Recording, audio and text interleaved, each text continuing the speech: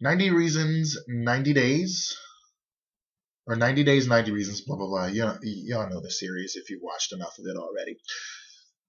90 Days, 90 Reasons, reason number 40, written by Emily Barton. She is the author of the novels The Brooklyn and The Testament of Yves Gundren. She teaches at Yale and in the graduate writing programs at NYU. Reason number 40, because I love the social contract. I'm voting for Barack Obama because I love the social contract, and I know he does too. You remember the social contract from school, right? Say you're an early human living out on the taiga in a small clan. You've just killed and butchered a caribou, but with no government to protect you, your bigger, stronger neighbor can come along, conk you over the head, and take it away. He can also rape your daughters while he's at it, and you have no means of redressing his wrongs. That's what Thomas Hobbes called the natural condition of mankind, and life, a life that's solitary, poor, nasty, brutish, and short. Hobbes argues that as individuals and in aggregate, we are better off if we give up some of our natural rights to governments in order to gain the security of our persons and property. Though it may seem that signing the social contract was something that happened in the deep past to our prehistoric ancestors, we renegotiate this contract every day. When we agree to obey the speed limit or not to text while driving, these are extensions on the social contract. We're giving up individual, and I would say selfish, pleasures in favor of the common good, and which might even turn out to be our own good.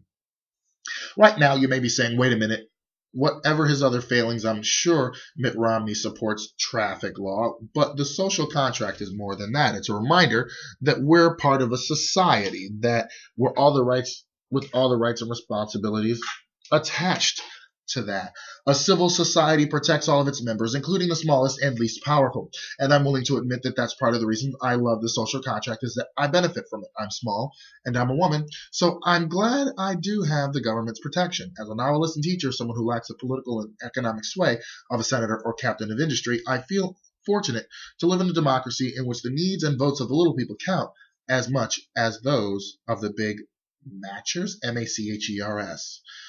But most of the reason I love the social contract isn't selfish at all, because in protecting the weak, it helps everyone. You don't have to be a wild-eyed socialist or a bleeding-heart liberal to believe in fire departments, for example. And if your house catches fire, you're thrilled the government thinks it's its duty to put the blaze out, and that the rest of your neighborhood is thrilled too, since a one-house fire can quickly consume the whole block. Likewise with health insurance. If one child's family can't afford medical care and he gets sick, every kid in the classroom can come down with the mumps. Protecting everyone equally may be moral, but it's also smart.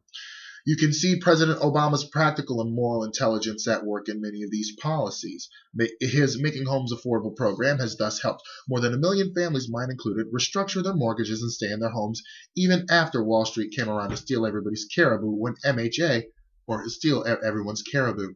When MHA helps one family, it helps a whole neighborhood. When it helps 1 million neighborhoods, it keeps the entire financial system strong. The President's Affordable Care Act now requires insurers to spend 80% of the revenues they collect on providing actual care to their customers, while it expands health insurance coverage to more Americans. So, hawking insurance companies are no longer allowed to gorge on everyone else's meat, though I'm sure that just like the banks, they love to keep muscling around in the state of nature, and the whole tribe stays healthier.